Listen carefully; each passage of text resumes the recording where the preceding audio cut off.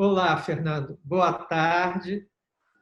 Estou aqui com o Fernando Cocchiarelli, artista, crítico de arte, curador, formado em filosofia, professor e um grande amigo de muitos anos.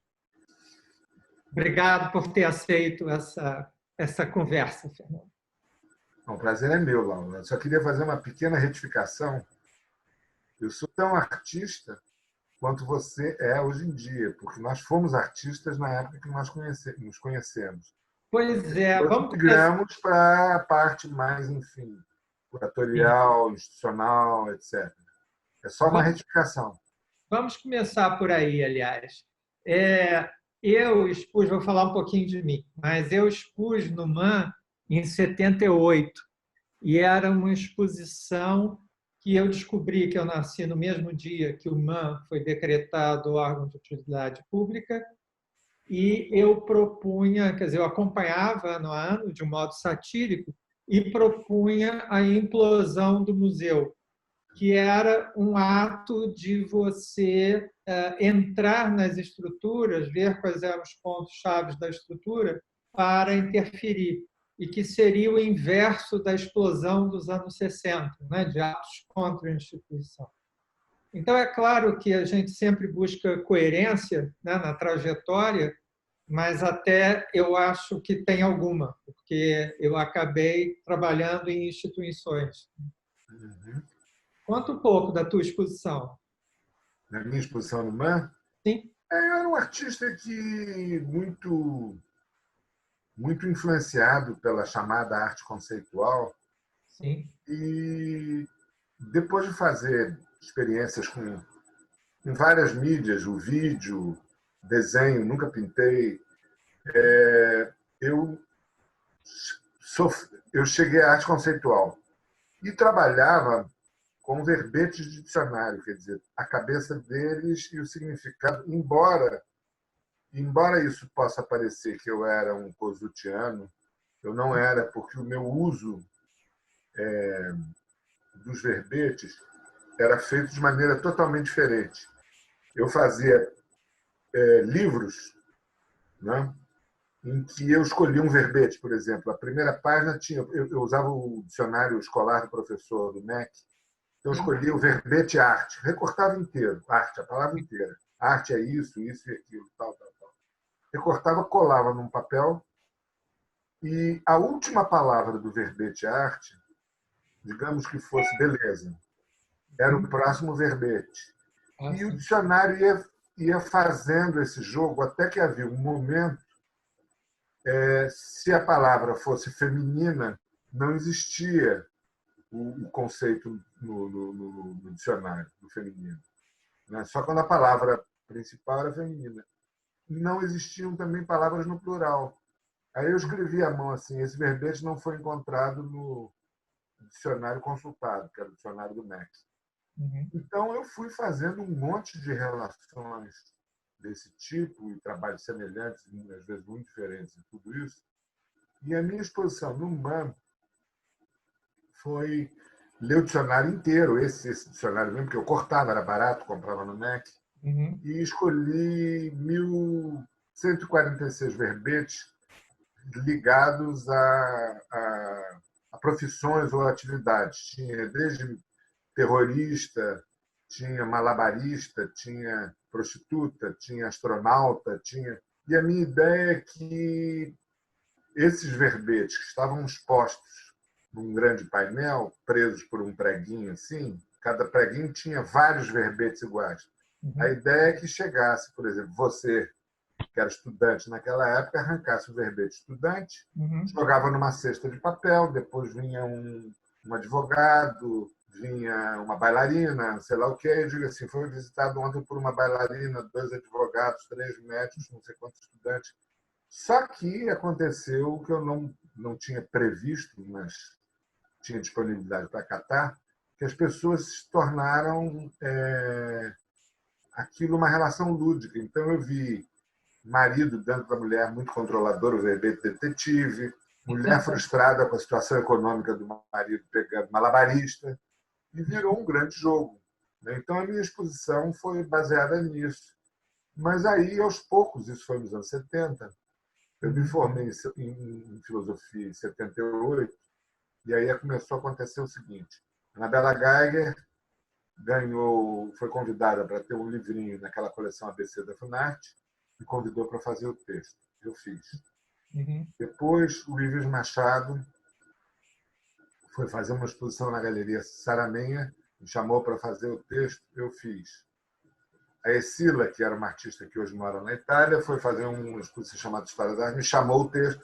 E, de repente, eu disse assim, eu não trabalho mais como artista, eu estou escrevendo, e naquele tempo, não sei se você lembra bem, não era ético você ser artista e crítico ao mesmo tempo.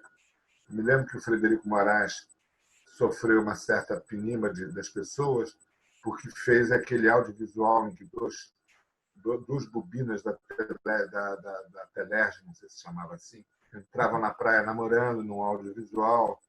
A crítica estava sob os canhões, sobretudo numa disputa lá da área experimental do museu, que não tinha a ver tanto com o Frederico nesse caso, mas com o Roberto Pontual.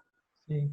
Então, não era ético naquele momento. Você vê que todos nós que éramos artistas, quando migramos para a parte da crítica, da pesquisa, da instituição, nós deixamos de ser. Hoje em dia, o cara é artista, é curador, é crítico, porque está tudo em rede hoje em dia. Então, os critérios não são mais, enfim, de ou isto ou aquilo, né? Uhum. Lembrando da Cecília Meirelles aqui, né? Então, foi isso. Eu, quando vi, já estava em outro território. E continuei nesse outro território. Você nunca mais teve vontade de fazer obra de arte? Não? Obra de Olha, arte é uma palavra eu horrível. sei, eu fui um pouco saciado pela minha função lá de diretor do Paço, ou de curador, porque aí eu montava muitas exposições, e às vezes com tema, e retomei o trato com o espaço. Porque a minha trajetória foi a seguinte: bom, eu estudava com a Lígia Pape e fiz um livro sobre arquitetura do subúrbio com a Diná Guimarães. O Arquitetura. kit, né?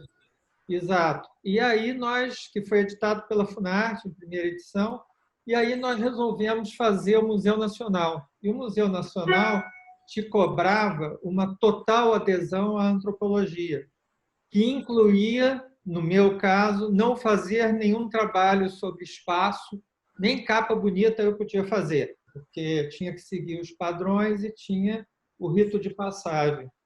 E eu fui antropólogo social, a minha formação maior em antropologia social. O DNA do arquiteto nunca saiu, mas, na realidade, o meu reencontro com artes plásticas foi quando eu fui nomeado para o Paço em 92. E aí é que eu retomo, não, o contato. Por exemplo, para mim, a geração 80 foi algo que eu via muito distante, até com simpatia, mas via de jornal, né? Porque eu parei de prestar atenção a artes plásticas nesse tempo. E, para mim, 92 foi essa volta, muito estudo, ver muita exposição. Eu tive sorte de ser júri de salão, aprendi muito com os colegas, enfim. E é isso. E aí fiquei nessa. Eu jamais poderia supor que eu sou um bom administrador, né? Além das coisas, enfim. O caminho foi esse. Mas nós fomos alunos, né? Você da Anabela Geiger e eu da Lígia Pape, e Exatamente. elas, por seu turno, foram alunas da Feigo Strober, né? Então, Exatamente. tinha uma amizade, uma proximidade com as suas diferenças, mas nós pertencíamos a ilhas que se Ao falavam. mesmo canteiro, né? Exato, exato. Plantas de um mesmo canteiro. Isso. Ô, Laura, curioso isso que você falou, porque a curadoria, para mim, Uhum. teve o mesmo significado. Uma das coisas que eu mais adoro é montar uma exposição. Claro que hoje em dia essas novas tecnologias que os jovens curadores fazem elevação, por exemplo, tudo Uhum. por computador, é uma coisa que eu poucas vezes fiz ou tive prazer de fazer. Para mim, o meu rapel é chegar a expor tudo numa sala e tira daqui, bota para ali, editar a exposição no próprio espaço. Sim, Me dá um sim. prazer, um tesão fantástico. Enorme, enorme. E é uma E coisa geracional, certamente, porque o Herrenhoff, ao que me consta, faz a mesma coisa. assim, Enfim, a velha guarda da curadoria gosta de montar na hora. eu, na realidade, eu tenho sempre com o designer um plano A, né? Ah, Mas sim, que será totalmente modificado, né? exatamente. Enfim, em Eu, diálogo tenho, com eu ele. também tenho um plano A. É. O espaço de parede tem que ser o dobro do espaço ocupado pelas obras dispostas ombro a ombro linearmente. Uhum, E eu, se são várias salas, eu digo, tais trabalhos ficam na sala X, outros na Y. uhum, E é o máximo que eu fazia. Agora eu não posso mais, né? uhum. Senão, enfim, estou ferrado. Vezes você montando descobre conexões entre os trabalhos que você não havia previsto totalmente, né? Claro, e inclusive é o seguinte, problemas de escala, não adianta você botar na Sim, mesma escala. Quando sim, você sim. olha uma planta, por exemplo, um painel é uma linha.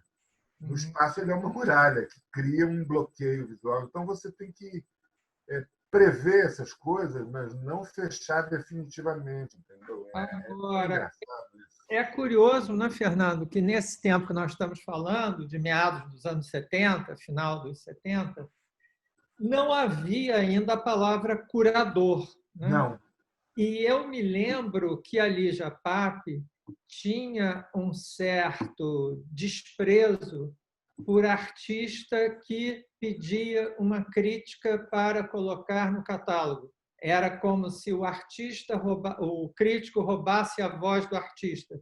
E o é artista, outra questão também. o artista tinha que ser autônomo o suficiente para elaborar a sua própria teoria. Depois, as críticas seriam muito bem-vindas, as análises, né? Isso mudou muito, né? Mudou realmente, Totalmente. né? Não, até porque, hoje em dia, o que eu acho que toma o pulso da produção artística e do destino procurado pelos jovens é Uhum, sobreviver e fazer sucesso no mercado. sim. Né? A gente sabe perfeitamente que o museu, as instituições não mercadológicas, né, eram consagratórias de um artista. Quer dizer, o lugar para você dizer que o artista era importante não era o lugar do negócio, Sim. era o lugar da cultura. E o Uhum. lugar da cultura nos centros culturais e os museus. Foi sempre assim desde o século XIX, mas nada dura para sempre, nem eu estou advogando isso. Mas hoje em dia, quer dizer, existe uma projeção da lógica do mercado financeiro, talvez, Uhum. como uma extensão do mercado de arte. Né? E Uhum. isso cria um tipo de permeabilidade ao jovem artista que muitas vezes pode levá-lo a fazer uma coisa mais agradável para o mercado e menos contundente, só porque, enfim, ele tem que responder essa demanda. Né? É Sim. uma coisa que está aí. Não, nada que se diz, né, que a gente conversa aqui, é absoluto, é uma Claro. muralha, mas é uma tendência. A gente pode chegar a um pulso da situação. Né? E é curioso porque muitas vezes eu sou apresentado em alguma vernissagem, mas algum artista, ou num almoço, e os artistas jovens muitas vezes falam seu nome seguido do nome da galeria, não é? É quase como um sobrenome. Um cartão de visita para um chinês. Né? É. Então, é muito engraçado. E é claro, né, ninguém é ingênuo. A gente sabe que dirigindo instituições importantes, né, curatorialmente, que você tem alguma influência ainda de prestígio, Claro, isso vai claro. bater no mercado. Mas eu não sei, eu sempre quis e mantenho essa ignorância bastante grande de mercado, até para poder ter mais autonomia, né? E que isso não me determine alguma coisa. E sabe, Fernando, eu estou lembrando de uma exposição que nós fizemos lá no Paço, foi Caminhos do Contemporâneo. Cada década, você certamente participou, eu não me lembro a década, mas eu chamei 2 curadores para cada década. Eu penso que você foi da década de 70, mas não tenho certeza. Eu Foi uma sei que exposição que participou o Marep, foi. montou E uma era uma cabana. exposição enorme, o catálogo do Luciano Figueiredo, e era uma exposição que Eu fiz a comemorava. parte do Marep Sim, e pô, tanta coisa que a gente acaba. mas eu tenho catálogo aqui atrás, mas enfim, mas não importa muito para o que eu vou falar.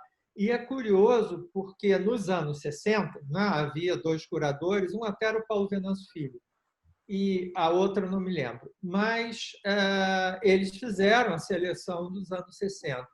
E aí, por curiosidade e por pesquisa, nós fizemos, eu e minha equipe, 2 levantamentos. Um dos preços de mercado na época, na década de 60. Quais artistas tinham mais valor, vendiam mais, etc, etc. E o outro era do número de críticas saídas nos jornais principais. Com isso, a exposição, essa sala dos anos 60, ela tinha a exposição real, que estava ali, e 2 maquetes. Uma feita com uma escolha a partir dos critérios de mercado da época, e a outra feita por critérios da crítica da época. E eu achei muito interessante, né, até para que nós preservemos uma certa ingenuidade, né? Aliás, uma humildade, não é ingenuidade, uma humildade de que a nossa visão também não vai ser absoluta, né? O passado é permanentemente reconstruído. Né? Ah, sem dúvida. Tira a onipotência. É incrível. Mas eu não quero, ao dizer isso, eu acho que você também não tem essa intenção, Uhum. demonizar nada, nem Não, tampouco o mercado, porque se fosse assim, eu demonizaria as pirâmides do Egito, que enterraram em cada uma 30 mil escravos. Né? o Vaticano. Enterraram no sentido de morte na construção. É, Então, eu acho que, enfim, o mercado é a maneira pela qual o circuito cultural vem sendo repensado hoje em dia. Não há problema nenhum, não há nada de demoníaco, mas tudo é um problema de carregar ou não nas tintas. Quando a tinta, quando a pressão é grande, né, você é, vê as próprias feiras de arte, que é o lugar da comercialização de ponta da obra de arte, ela cada vez está mais importante do que Bienal, por exemplo. sim. E a Miami Basel, por exemplo, é mais importante hoje em dia para a maioria das pessoas do que a Bienal de Veneza, de São Paulo, etc. Claro. Porque Não, as coisas estão. e o mercado ele garante a sobrevivência de artistas com o seu trabalho, sem o artista ter que se submeter a uma ordem acadêmica ou institucional, que é a outra Exatamente. solução, né? No tempo que nós estávamos falando, dos anos 70, nós éramos muito puristas, né? E bobos, né? Havia uma cata do demônio, né? Eu me lembro que uma vez a Anabela resolveu me dar um trabalho e eu tinha dado alguma coisa minha, folder da exposição, e eu fui na casa dela. E ela me colocou livre para escolher os trabalhos. Eu escolhi a série de cartões postais, né? O Próximo e Atirou no que viu e matou o que não viu, né? gótico, mas foi muito como uma atitude também. Eu não quero nada que tenha valor de mercado. Na Oh, época não tinha, né? Na época não tinha mesmo, né? hoje tem um trabalho valorizadíssimo da obra dela. pois é, como Lígia Pape, né? Enfim. Que... Mas, Fernando, aí primeiro você começa com a escrita, né, de textos, e Foi. depois você começa a coparticipar, quer dizer, orientar o curador, né, virar curador, quer dizer, um artista chamava para pensar junto à concepção do trabalho. Olha, começou assim. Por conta exatamente da influência do meu agrado pela arte dita conceitual, Uhum. e por causa daquele texto do Kosuth, Arte depois da Filosofia, eu fui fazer filosofia, porque eu tinha abandonado a economia, depois eu entrei para fazer design, não aguentei abandonar de novo até que cheguei à filosofia. Quando eu me formei em filosofia, em 78, a Funarte estava programando a coleção ABC, que era o Afonso Guimarães, irmão do Luiz Alfonso. Meu ex-cunhado. Exatamente, eu esqueci. A Diná, né? Irmão da Diná, exatamente. Contraparente. Uhum. Mas ele estava organizando essa coleção ABC e eu fiz o texto da Geiger. Eu Sim. me lembro que foi lançado o texto Vergara, que era do Hélio de Sica, Uhum. que inclusive estava no lançamento, o da Anabela Geiger e mais um outro que eu não me lembro exatamente. Barrio, talvez. Ou Gershman, talvez, não sei, não É. tenho certeza. Uhum. E aí as pessoas começaram a me pedir isso. Bom, corta. Nesse momento, a Funarte, no iníciozinho de 1980, da década de 80, quando começou a pintura e que não poderia haver nada mais avesso à matéria pictórica e tudo isso do que um cara que pensava em arte como ideia, como ideia, como ideia, que era o mote da arte conceitual, o Paulo Sérgio Duarte era o diretor interino do Instituto Nacional de Artes Plásticas e a Glorinha Ferreira, que tinha chegado do exílio, se tornou coordenadora do Espaço ABC, que tinha uma programação, não da coleção, que continuava com o Afonso. Sei, sei. E ela resolveu nos propor uma pesquisa sobre o abstracionismo geométrico informal que eu fiz com a Anabela Geiger. Só foi lançado 7 anos depois. Mas nisso tudo, nesse entretempo, o Herkenhoff me convidou para trabalhar com ele na Funarte, cuidando das edições. Sim.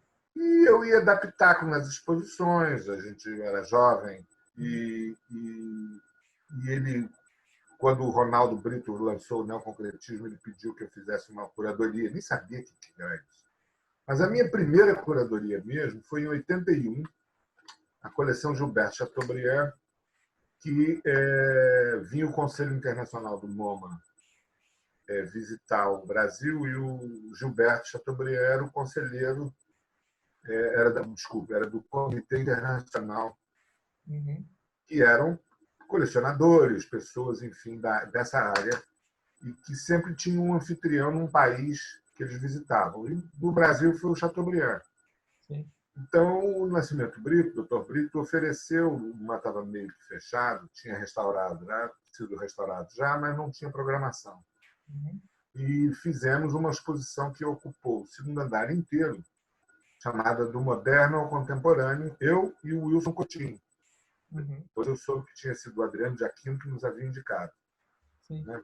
Eu nem sabia o que era curadoria. Eu sabia que curadoria era o seguinte, era montar uma exposição, organizar uma exposição. É.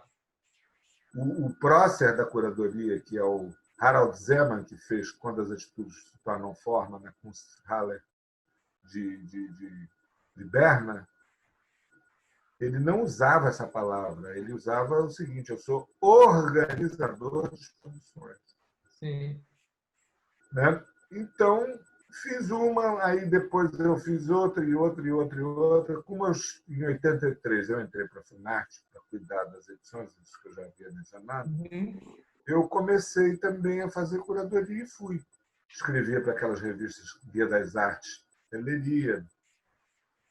Uma era a editora era Lisette, que era a galeria, eu acho, e o Lemberg era da Guia das Artes, enfim. Sim.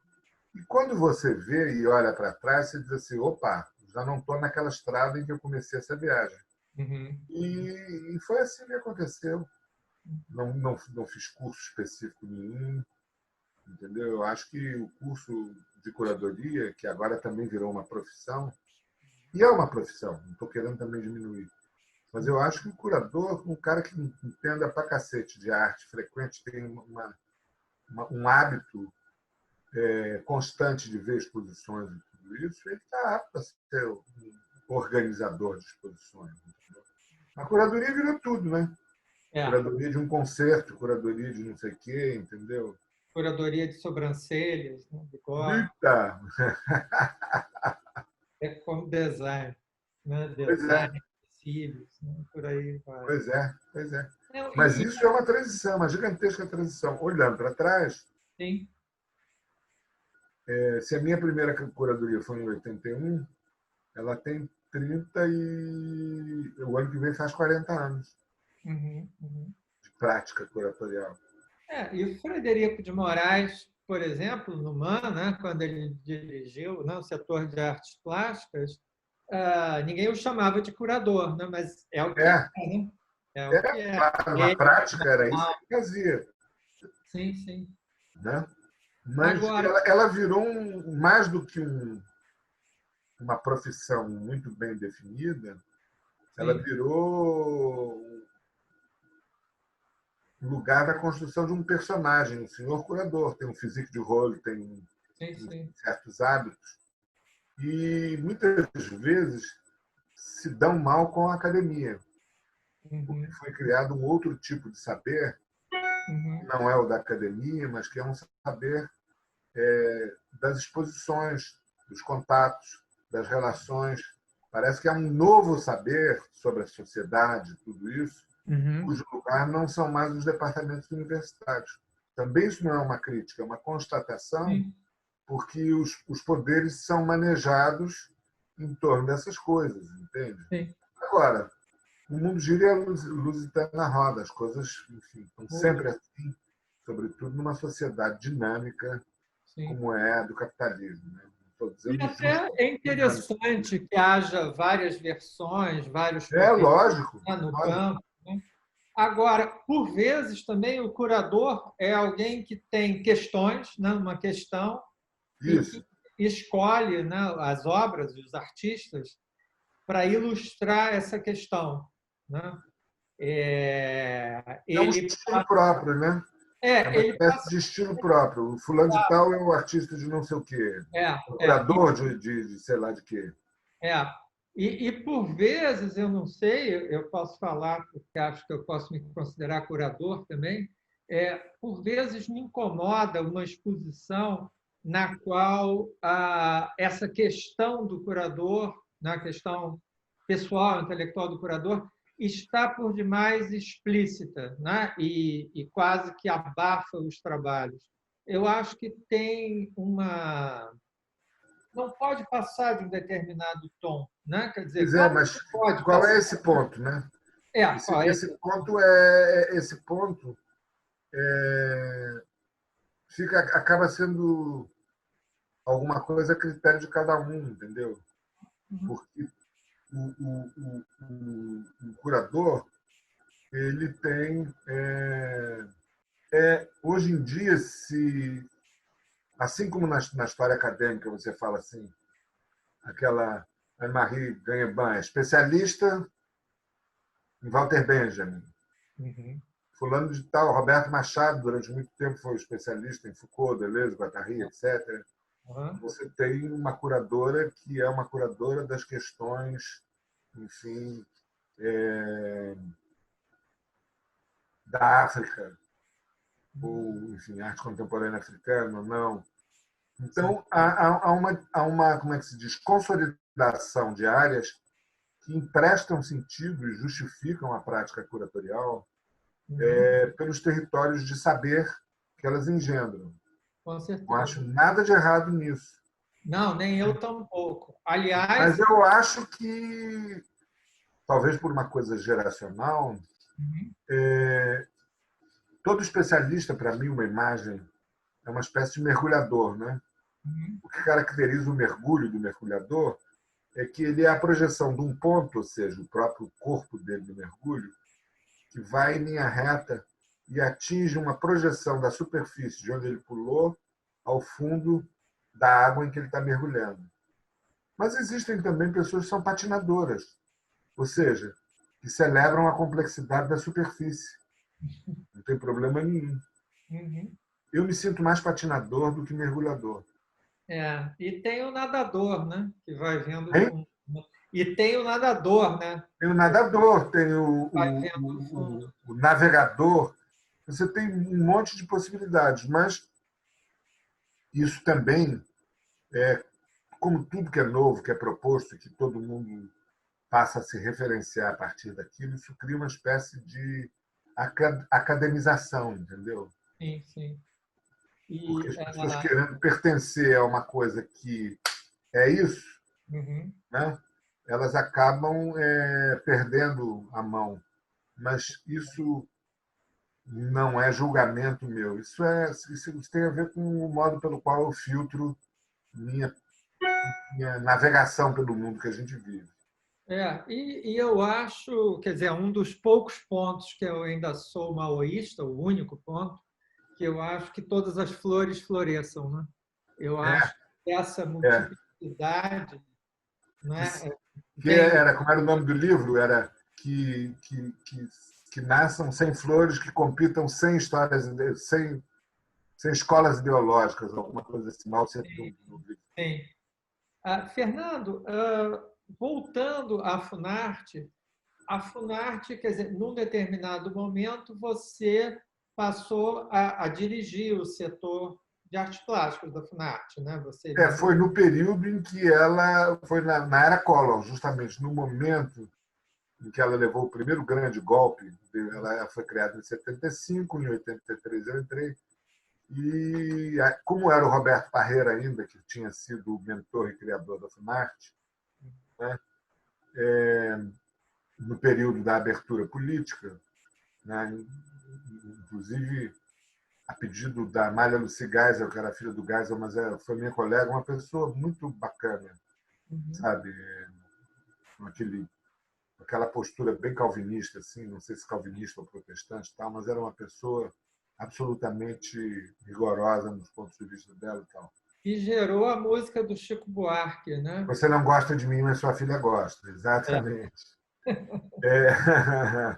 Mas então, nesse período, foi um período muito duro, porque eu me sentia um pouco, às vezes, aquele garoto da fábula holandesa que viu um buraco no dique e tapou o buraco com o dedo para não o dique não explodir, ficou lá 2 dias assim.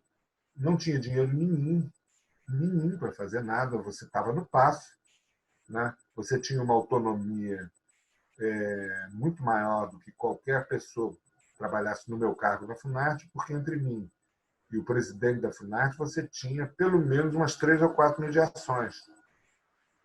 Que, enfim, chegar ao topo da pirâmide lá era mais complexo do que sair de uma instituição do IFAM e ir para outra, e para outra, e para outra. Mas você sabe muito bem que foi um período difícil de fazer isso, né? Em Várias termos de vezes nós. dinheiro, era muito parecido, né? Porque o Paço Que? também tinha... Em termos de dinheiro, era muito parecido, porque o Paço também não tinha verba alguma no início. Não, mas podia arranjar patrocinador? Eu não sei, isso eu não sei como é que era. Não, não tinha. Era um pouco uma invenção e foi uma ação entre artistas, né? Entre artistas que estavam surgindo e o Uhum. Paço ofereceu lugar para eles, né? Espaço. E o Paço foi meio uma construção assim, porque as pessoas queriam que aquilo voltasse a ser importante. Uma exposição que eu acho que marca lá o início de uma nova fase do Paço é a Caminho de Niterói, a exposição da coleção João Satamini, que Sei. estava destinada ao MAC, né? E foi por iniciativa da Ana Maria Niemeyer e do João Satamini, ele mesmo, Mas a exposição foi uma exposição, tudo era feito muito amador, né? Não tinha catálogo, era um pequeno folder, era, era tudo por favor, né? Não tinha seguro. é um vai que dá, né? Tudo bem, era uma temeridade, né? Ainda É, bem que éramos intemoratos, mas era uma... pois é, senão não rolava nada. Não. Mas, ao mesmo tempo, engraçado, ao mesmo tempo, o Paço, o CCBB e outras instituições que foram surgindo ao longo desse período, o Centro Cultural Cândido Mendes e tudo isso, no período em que o MAN fechou pós-incêndio para restaurar, eles acabaram criando um circuito compensatório Com do certeza. papel que o MAN desempenhava antes do incêndio, uma área experimental e todas essas coisas. Sim, Tanto sim. é que há uma geração de artistas 10 anos mais moça do que eu nasci em 51. Então, uma geração 10 anos mais moça tinha por referência a Funarte, o Paço, e não Sim. tinha por referência mais o museu que estava fechado nesse momento. E a geografia do centro, né, de circuito no centro, mudou realmente, né, durante uma década. Exatamente. Tanto é que hoje ela vai da Cinelândia, ela migrou para a Praça Mauá, né? Uma Sim. certa entidade. Agora a gente não sabe mais para onde foi, né? Não, Mas, enfim, nosso lugar é aqui. pois é, pois é, pois é. Então, isso é outro assunto.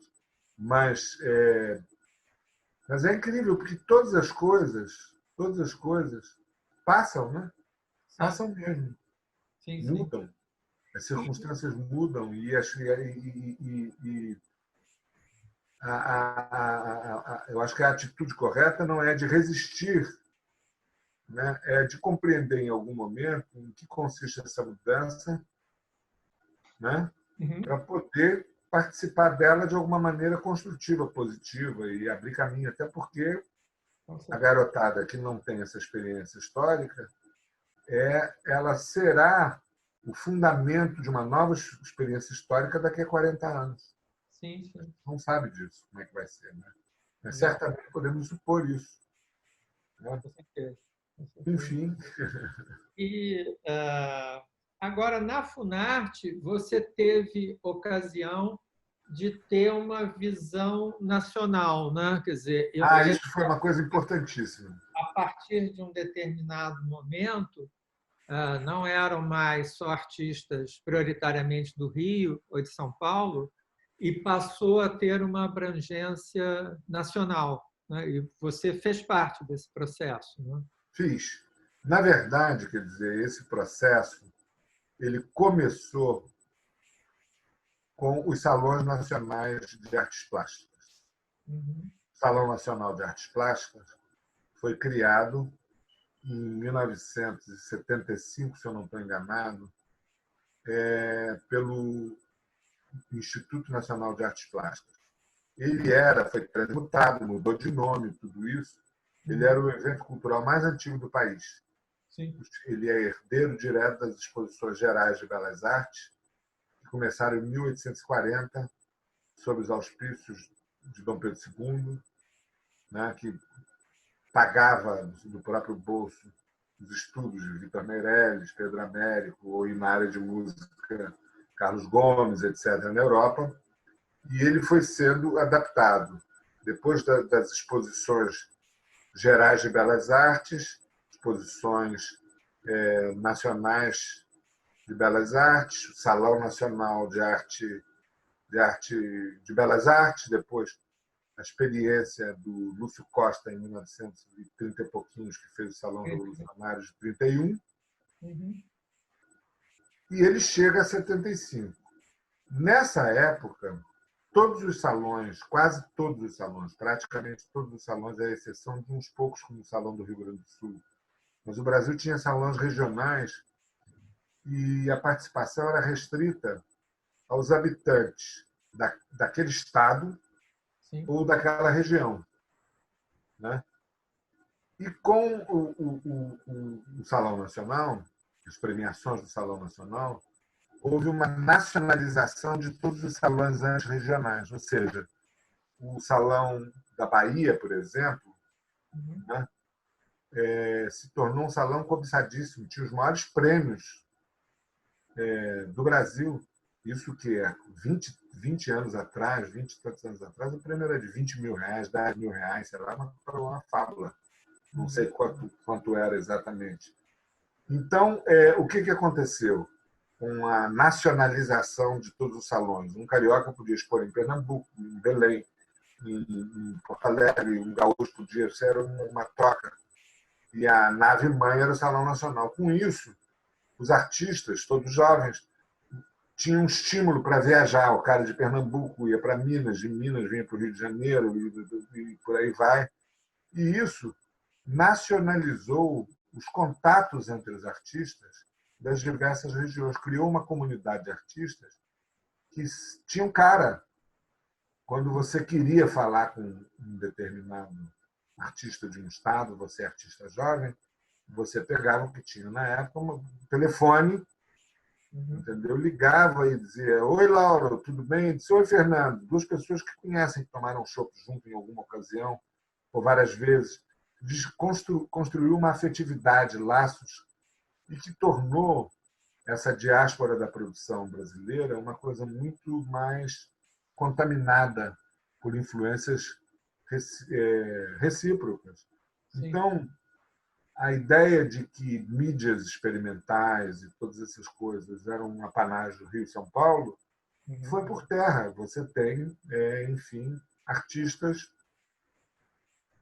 de todo o Brasil fazendo arte contemporânea. Esse abacaxi desse nome, que na verdade não quer dizer coisa nenhuma, mas pragmaticamente, quando você fala arte contemporânea, ela situa o ouvinte desse murmúrio em algum lugar que ele identifica. Se não é um conceito academicamente correto, ele é pragmaticamente um enunciado que comunica seu sentido. É um Eu acho referente. que nasceu uma arte efetivamente nacional no sentido não de uma ordem unida, mas no sentido de uma comunidade articulada. A Funarte desempenhou um papel enorme nisso, porque era ela que organizava o Salão Nacional, até que isso acabou no início dos anos 90. E num momento que não havia essa pujança de mercado, né, ainda. Então, Não havia. a circulação tinha que ser por aí mesmo. Agora, eu vou te fazer uma pergunta uma afirmação meio maluca, mas eu não sei se você concorda que nós, brasileiros, somos razoavelmente bons de criar instituições, mas temos muita dificuldade em mantê-las, né? E acho que criar é ótimo, mas manter é necessário, né? Porque você cria uma linha, né, de ação, você cria uma tradição que depois vai ser rompida, se renova, mas você houve uma época aqui no Brasil que qualquer prédio que não tinha destinação, que o proprietário não queria mais, vinha algum gênio e falava: um centro cultural, né? Houve um tempo que tinha mais centro cultural do que cultura, né? E artistas, né? E os espaços mais importantes, a míngua, né? Então, eu não sei, isso me dá uma certa. Olha que eu sou muito novidadeiro, eu gosto muito de novidades, mas isso o Lévi-Strauss, né, quando veio aqui morar em São Paulo, ele ficava impressionado de como brotavam edifícios num lugar que ele não ia há algum tempo, 2 meses, mas depois como decaíam também, né? Como o Caetano aproveita para aquela música, né? A Já força da ainda grana que é. não, ainda é construção e já é ruína. Ah, E é terrível. Né? olha, Lauro, eu concordo com você. Sobretudo nos anos, a partir dos anos 80, 90, qualquer prefeito que quisesse, ou governador de estado que quisesse fazer bonito, e tivesse na sua cidade ou na capital do seu estado um palacete, alguma coisa assim, reformava, muitas vezes sem anuência do IFAM ou de órgãos competentes, fizeram muita barbeiragem, botando materiais ordinários e tudo isso, e achava que, como nos filmes americanos, o primeiro beijo do casal apaixonado é o beijo definitivo. Ali, quero ver 10 anos depois. Porque essas instituições elas têm custos. Né? Então, no início, a prefeitura paga a conta de luz, o ar-condicionado, mas já vem com interdições do tipo: bolamos um sistema, inclusive com uma ignorância técnica das necessidades de um centro de exposições, ou de um centro de música, ou de um centro... Tem um palco, acha que é uma sala de concerto, mesmo que a acústica seja uma droga. Então, na verdade, quer dizer, vem com aquelas soluções. Criamos um sistema que tem uns caninhos lá em cima que você amarra com fio de nylon. Ora, quem trabalha com instituição, você que trabalhou no passo, no prédio, para lá de importante, tombado e o cacete, você não pode botar fio de nylon, você sabe que corre, que fica tudo torto. E aí as coisas começam a ficar terríveis. Mas isso dava Ibope. E hoje a gente tem uma massa de construções que ficaram abandonadas, né? Que nem sei, muitas delas provavelmente não funcionam mais, e porque não tem o cálculo da manutenção, do perfil institucional que ela vai ter, no sentido do que ela vai mostrar, de como ela vai fazer as coisas. Né? Enfim, e às vezes o edifício é muito ruim para você pretender fazer alguma coisa. Você vê, a Casa de Cultura Laura Alvim, que teve uma programação bacana e tudo isso, mas a arquitetura daquela casa, que foi totalmente transformada pela Laura Agostinho Alvim, a senhora que morava lá, que eu até conheci minha irmã, era uma figuraça. Me disse que tinha 20 e poucos anos, ela era uma senhora muito velha. Chegou para mim e disse assim: eu fui a primeira garota de Ipanema. Assim. Maravilha. E ela fez uma reforma ao gosto dela, que do ponto de vista técnico era muito difícil. Eu fui curador lá 2 anos seguidos, tinha um projeto lá, enfim, de exposições, que primeiro foi a Lígia Canongia, depois eu, depois a Glória Ferreira e tal. Era um abacaxi montalho. Porque você, enfim, naquela época o cubo branco ainda era uma referência. Hoje em dia, talvez seria um lugar suficientemente contaminado para você, enfim, não se aborrecer com esse tipo de coisa. Mas eu concordo plenamente com esse afã, né? Nem todo palácio é o Louvre, né? Que vira um museu. Quantos séculos demorou para virar um museu? O Paço Imperial foi destruído internamente porque virou uma repartição, era a Diretoria-Geral dos Correios. Né? E o mais irônico, né? O Paço foi restaurado admiravelmente pelo Glauco Campelo e equipe. Depois, o Paulo Sérgio Duarte, quando ele foi criado como centro cultural, fez uma gestão magnífica. Mas eu fui para o Paço em 93. Você sabe que eu recebia muitas visitas de autoridades e até gente dos Correios querendo retomar o prédio para que fosse Correio. A outra coisa também que era curiosa, havia uma certa filosofia, que eu herdei do Glauco, de deixar os espaços muito rarefeitos. Né? Só que cada espaço vazio era pedido por uma fundação particular de interesse.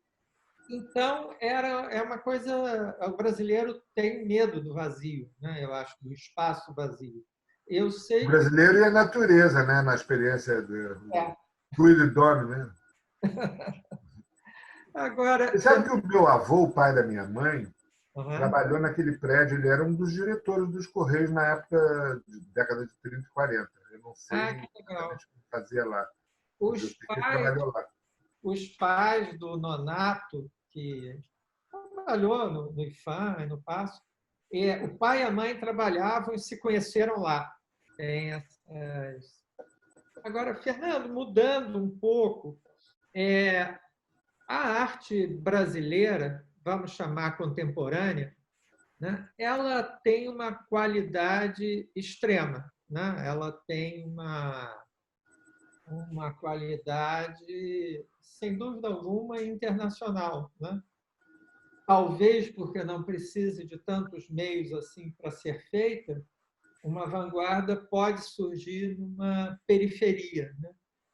Mas isso é algo que vem se renovando, né? Quer dizer, as artes plásticas, desde os anos 50, tem uma produção, sem dúvida alguma, significante, né? No mundo. Eu acho que isso é fato. E, e o Brasil tem uma tradição, quer dizer, que tem a ver com um processo de, de um modernismo sem ruptura, tal Uhum, como foi implantado aqui no Brasil uhum, por iniciativa, provavelmente, de setores das elites brasileiras, sobretudo a paulista, que com a riqueza do café uhum, precisou, a gente sabe disso, precisou atualizar valores que não eram de ruptura, porque o modernismo brasileiro fica sempre entre a fazenda e o arranha-céu, né? uhum, Não é o arranha-céu contra a fazenda, o fazendeiro é o residente na capital do arranha-céu e coisas dessas, a gente sabe disso. E há uma modernização que, inicialmente, do ponto de vista dos mecenas e tudo isso, era tópica. Mas você não controla a informação quando ela germina entre artistas, entre pensadores, entre pesquisadores. E o Brasil construiu uma reflexão em torno disso, que nos anos 30, por exemplo, se desloca para o Rio de Janeiro, sobretudo com as ações dos ministérios, o Ministério da Educação e Saúde, o Museu Revolucionário de Lúcio Costa, Salão de 31, e depois ainda, você, como que tem uma formação arquitetônica inicial, sabe a importância da experiência da arquitetura moderna brasileira, tanto no grupo corbusiano do Rio de Janeiro, digamos assim, quanto no brutalismo paulista, com Vila Nova Artigas e todas essas coisas, Warszawski atraía gente de todo tipo, até que no pós-guerra, enfim, se ensaia uma ruptura muito tardia, porque a ruptura é um problema das vanguardas históricas na Europa lá nos anos do século XIX e no início do século XX. Tanto é que há uma capilaridade de ideias e influência muito forte, por exemplo, de Mondrian. Eu acho que tanto no concretismo paulista, sob a liderança do Valdemar Cordeiro, na área da pintura e tudo isso, quanto no do Rio de Janeiro, com Serpa, inicialmente Palatinic, Mavinier e tudo isso. E, enfim, esse modernismo foi, enfim, marchando e gerando seus resultados. Mas o que é importante é o seguinte, eu acho, para tentar responder isso que você está me dizendo, é que se nós considerarmos todos os esforços de modernização, tópicos ou não, cartola na Senegambe ou não, que vem. Repara, São Paulo, por exemplo, criou o Fediver do monumento ao Ipiranga, parece até que, enfim, a independência foi proclamada lá, porque tinha que ser em São Paulo. Não tinha, podia ter sido em Minas Gerais, no Espírito Santo. aonde o filho do rei tivesse, e chegasse o carteiro lá com a Leopoldina. Criou a Semana de Arte Moderna, criou a Universidade de São Paulo, depois criou o Museu de Arte de São Paulo, o Museu de Arte Moderna de São Paulo, a Bienal de São Paulo. Enfim, tudo isso gera não só uma posição de crítica a essa vontade de ser moderno ao estilo europeu. A crítica a esse tipo de postura é parte desse enriquecimento que forma e ajuda a formar a qualidade da produção artística brasileira também. Mário Pedrosa. Então, você vê que, no Brasil, ou mal ou bem, essas experiências estão atrás e explicam a crítica de Hélio Oiticica, essas coisas todas, e de outros artistas, a geração neoconcreta, com Lígia Papo, que você conheceu muito bem. E hoje em dia a gente olha para trás e não pode dizer que a produção artística brasileira do último século, digamos assim, grosso modo, seja apenas um espelhamento das vanguardas europeias. E a própria crítica hoje em dia, legítima, decolonial, em nome das minorias, de todos os tipos de discriminação, elas também têm, quer dizer, não só têm uma realidade terrível que as legitima e justifica, mas elas têm uma inteligência que, em uma certa medida, vem dessa experiência que o próprio pensamento decolonial, às vezes, não percebe que nasce dessa fricção. Uhum. Né? Gilberto Freire e todas essas coisas assim. Gilberto Freire, o Paulo Freire, eu queria falar Paulo Freire, falei Gilberto Freire, mas o Gilberto Freire cabe também nessa coisa aqui. Sim. Então, eu acho que o Brasil, poucos países têm uma experiência de modernização e de reflexão teórica sobre a arte como o Brasil tem. Poucos. Mesmo se você considerar a Europa, eu não sei se a Suécia tem uma experiência que, enfim, que tenha produzido um legado dessa estatura, como foi feito aqui no Brasil. Criticamente ou não, denunciando ou não os convescotes eventuais entre acordos nem sempre claramente enunciados, mas, enfim, isso gerou uma complexidade. Instituições como o MAN do Rio de Janeiro, por exemplo, o MAN de São Paulo, o MASP, a Bienal de São Paulo, são instituições respeitáveis universalmente, em todos os problemas. Você fez uma exposição no Paço, que eu me lembro, naquela sala, antes daquela biblioteca, que você armou uma estrutura meio... Como era o nome daquela exposição? Quando o Brasil era moderno. Quando o Brasil era moderno, exatamente. Muito bom aquilo. Porque aquilo não é uma denúncia. Olha como nós somos macacos de imitação. Não, aquilo é mais do que isso. A gente não pode reduzir a experiência dos arquitetos, dos artistas, dos escritores a apenas um...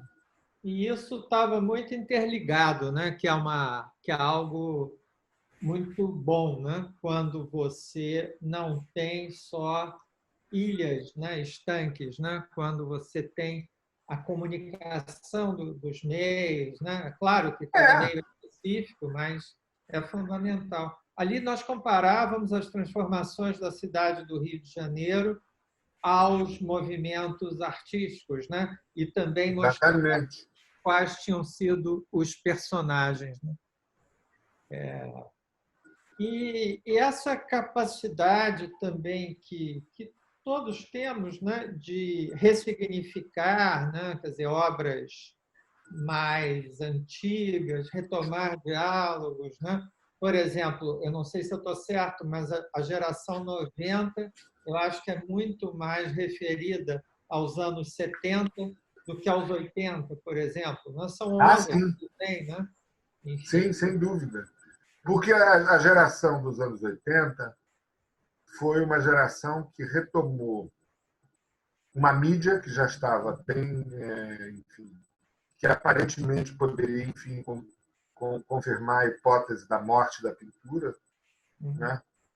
Mas não ocorreu, quer dizer, a mídia da pintura ela é reforçada, e pelo viés expressionista, que, se a gente pegar o padrão alemão, por exemplo, não exige uma elaboração de questões complexas que formem uma rede complexa de ideias, como foi o que aconteceu com os construtivismos, mesmo com o surrealismo e tudo isso. Na verdade, se a gente pega mesmo trechos naquela, por exemplo, a New Spirit in Painting, por exemplo, se você for lá ver, você vai ver que o eixo argumentativo é o do prazer em usar uma coisa com o corpo e com as mãos de uma mídia. E que tudo que era reflexivo era desprazeroso. Ora, isso não procede de jeito nenhum. Então, a geração 90, numa certa medida, pegou um fio que havia sido mal cortado e reconectou a produção dos anos 90 com a dos anos anteriores, até os anos 70, por exemplo. Sim. Então, isso procede, eu acho, certamente. Fernando, sobre o que você está trabalhando agora? Você está trabalhando uma exposição, um livro? O que você está Eu fazendo? agora, quer dizer, a minha antessala de saída do museu, eu estou assumindo compromissos curatoriais e tem essa pandemia terrível no meio do caminho, que ela inclusive justifica a forma pela qual o nosso encontro está sendo feito aqui, pelo menos ele está sendo registrado. Né? Você sabe que eu sempre tinha esse desejo de fazer conversas como essa, mas num mundo normal, você acaba tendo tantas solicitações da instituição, das exposições, que você acaba postergando, né? Então, de certo modo, essa quarentena, e estamos vivendo um pesadelo, né, viral, Nunca trabalhei tanto na minha vida. De manhã, de tarde, eu não tenho expediente.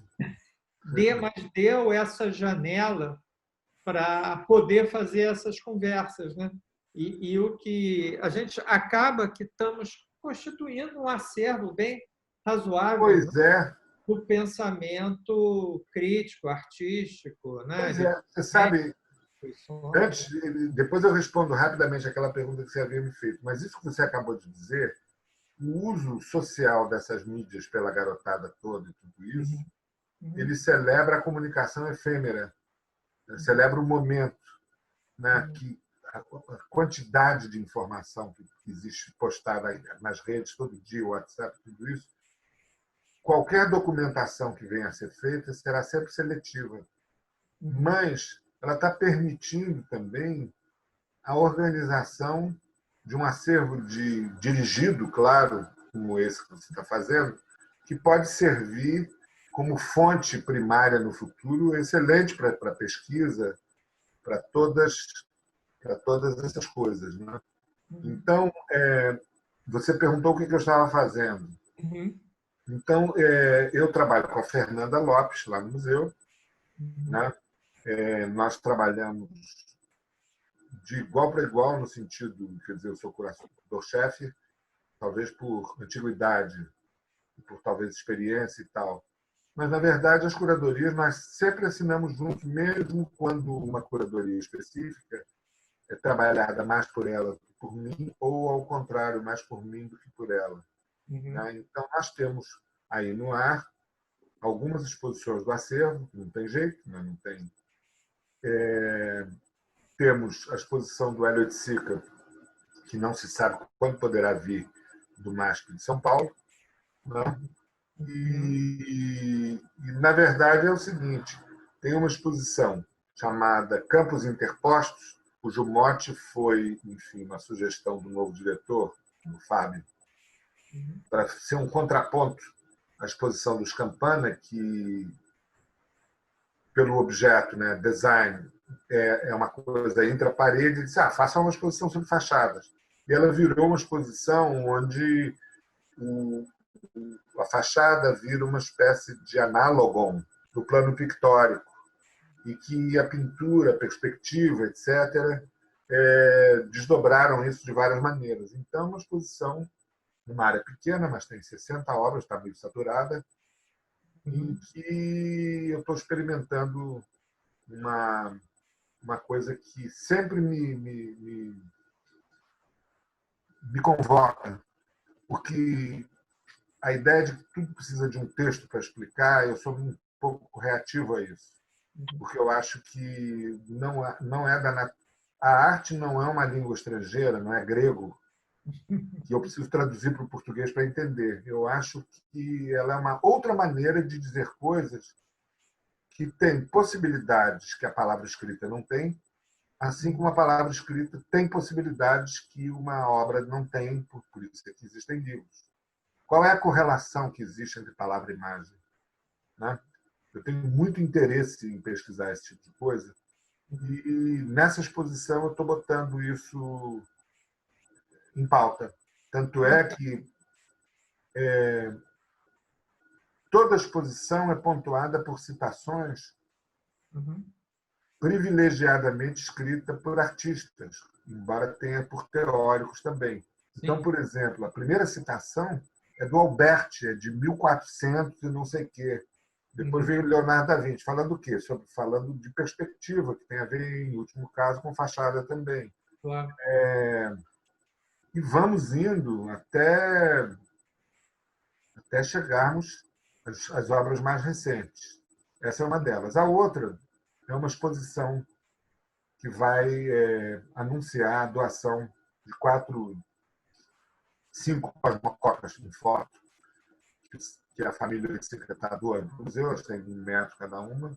E no mezanino, sem que ela se confunda com a exposição que vai vir de São Paulo, que é a Hélio de Sica e a Dança, nós estamos, enfim, complementando essa exposição com outras imagens que nós vamos recolher do Projeto HO, da Neurótica, por exemplo, que tem a ver com essa ideia de espaço de cinema e tudo isso, e vamos projetar filmes ou um filme, além de documentação